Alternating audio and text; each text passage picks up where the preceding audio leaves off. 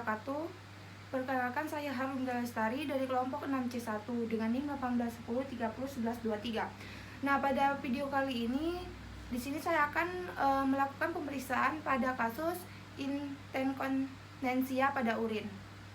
Nah, sebelum kita masuk ke pemeriksaan atau intervensi, di sini kita tanya jawab terlebih dahulu atau anamnesis kepada si pasien. Selamat malam Ibu. Nah, perkenalkan, saya Harun Galestari, fisioterapi yang bertugas pada malam hari ini ya Bu. Nah, mohon maaf Ibu, sebelumnya boleh tahu Ibu dengan Ibu siapa ya? Umur Ibu berapa? 42 tahun. Nah, tempat tanggal lahir Ibu? Bangka Selatan, 22 Januari 1977. Baik. Ibu seorang pekerja apa? Ibu rumah tangga. Nah, keluhan yang Ibu rasakan sekarang itu apa? Sering keluarnya air kencing. Oh, itu secara tidak sadar atau secara sadar? Tidak sadar. Nah, dari keluhan ini sudah berapa lama Ibu 5 bulan setelah melahirkan. Apakah Ibu punya riwayat penyakit lain atau punya riwayat lain seperti Ibu ini seorang perokok? Iya. Apakah pada saat sakit Ibu sering berolahraga? Tidak. Pada saat sakit sekarang Ibu sering minum air putihnya itu banyak atau sedikit sekarang? Sedikit. Oh, baik.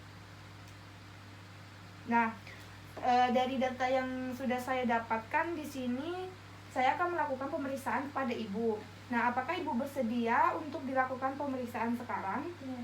Baik. Nah, di sini Ibu saya akan melakukan pemeriksaan vital sign ya Bu. Nah, di mana pemeriksaan vital sign ini ada 4, yaitu ada tekanan darah, lalu suhu, denyut nadi, dan juga pernapasan ya Ibu.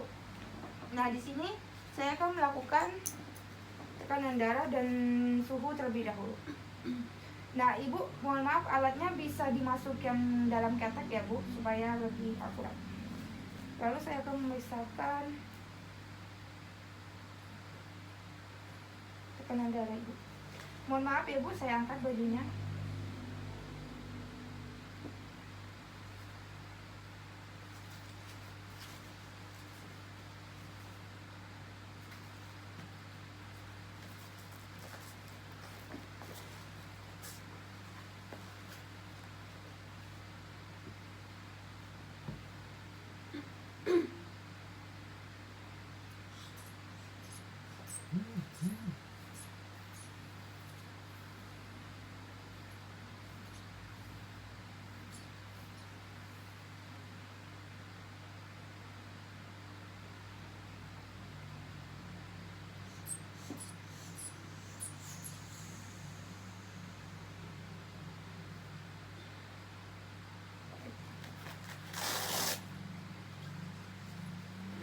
Mohon dilepas Bu alatnya.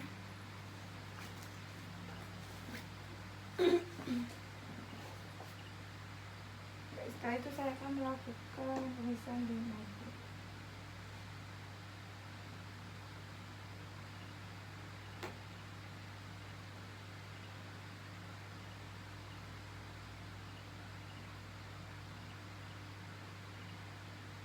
Nah, setelah kita selesai melakukan pemeriksaan vital sign, di sini saya akan melakukan pemeriksaan IPPA terlebih dahulu ya Bu. Nah, di mana pemeriksaan IPPA ini dimulai dari inspeksi. Nah, di sini kita untuk inspeksinya mulai dari kedatangan pasien, kita melihat dari posturnya si pasien, apakah dia mengalami kiposis, lordosis atau skoliosis. Kemudian kita lihat pelviknya, apakah agak mengarah ke sebelah kanan atau ke sebelah kiri, mengalami deformitas.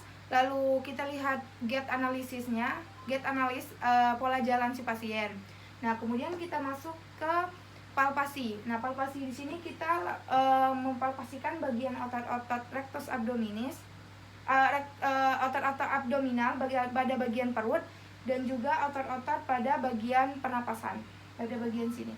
Nah, kita palpasi apakah dia mengalami pelemahan atau tidak.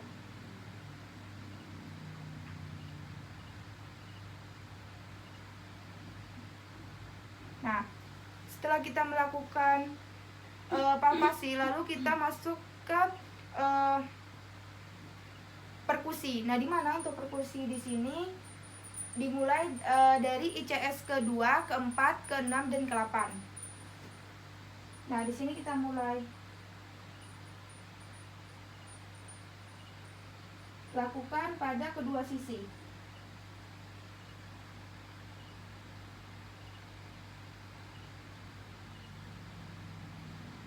Selanjutnya, ketika kita selesai melakukan perkusi, kita masuk ke auskultasi. Dikarenakan di sini si pasien seorang perokok, maka kita periksa auskultasinya.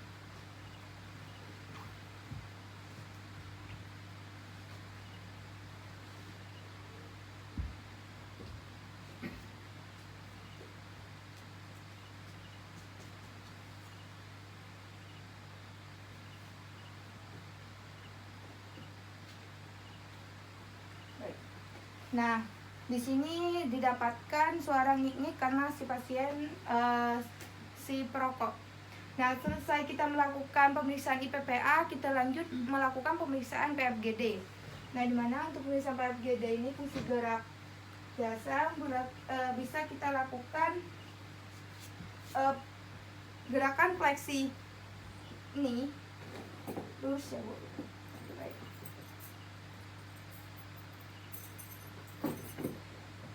Lalu ke samping, lalu ke dalam, lalu ditekuk,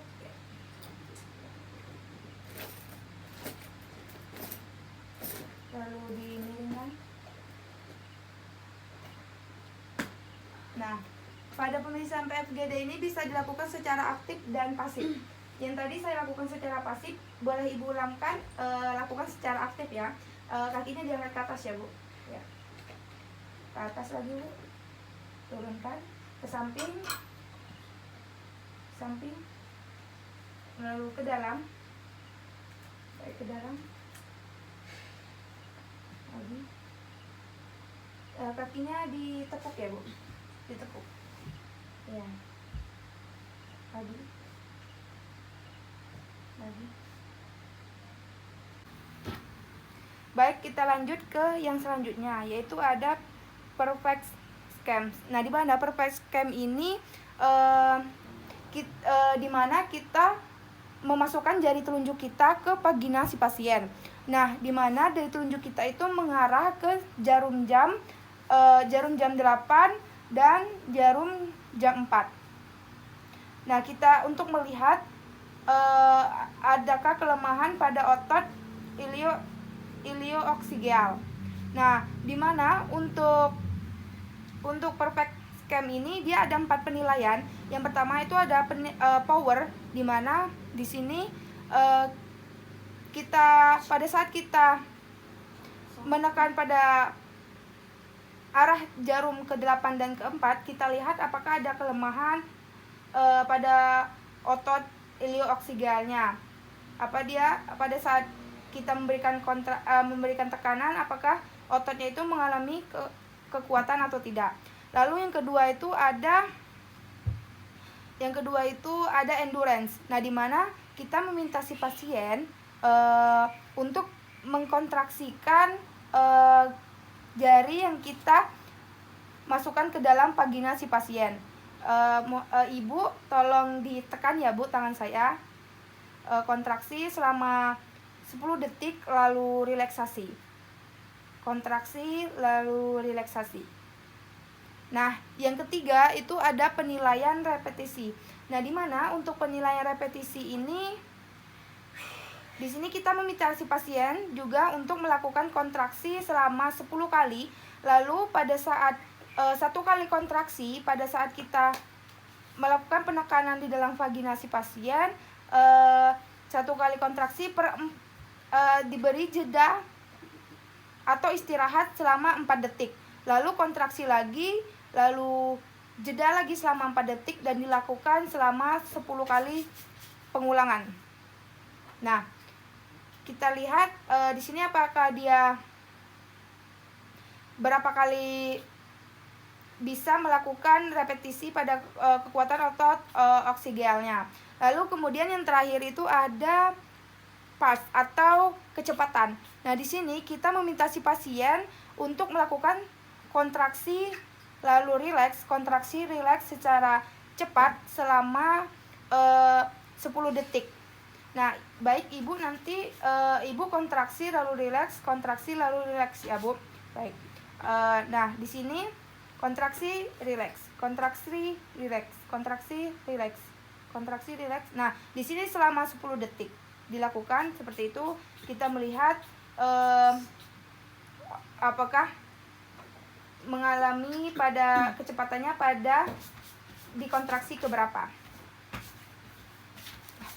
Selanjutnya kita lanjut ke intervensi fisioterapi, yaitu bisa kita berikan blender training, lalu bisa kita berikan bridging dan juga tilting pelvic.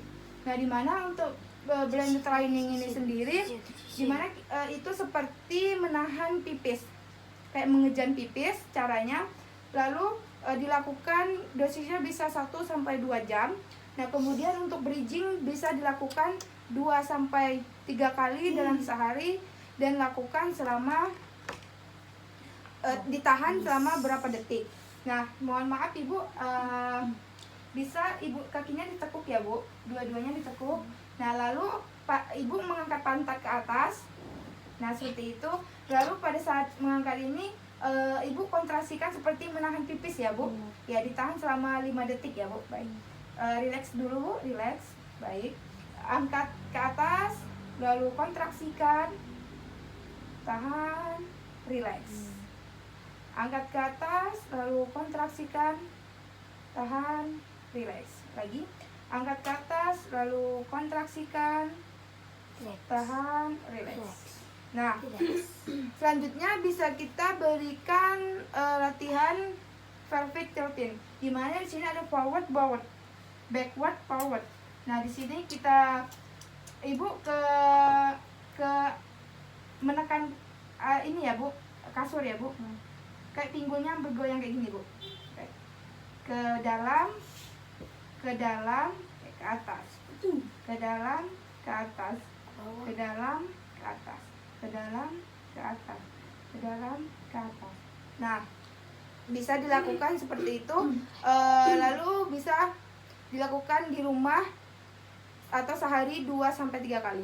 Nah, cukup sekian video dari saya. Apabila ada kata-kata yang salah, saya mohon maaf. Saya akhiri. Wassalamualaikum warahmatullahi wabarakatuh.